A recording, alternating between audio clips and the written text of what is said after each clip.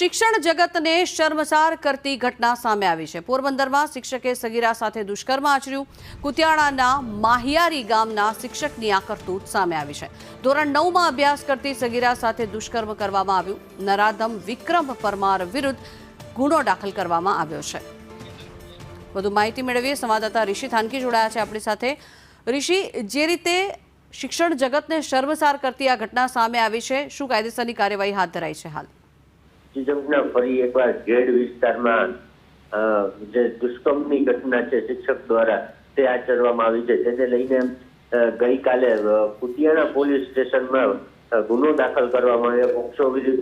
પોક્સોની કલમ સાથેનો ગુનો દાખલ કરી અને શિક્ષકને કસ્ટડીમાં લઈ અને કાયદેસરની કાર્યવાહી હાથ ધરવામાં આવી છે। જી આભાર ઋષિ, સમગ્ર માહિતી બદલ।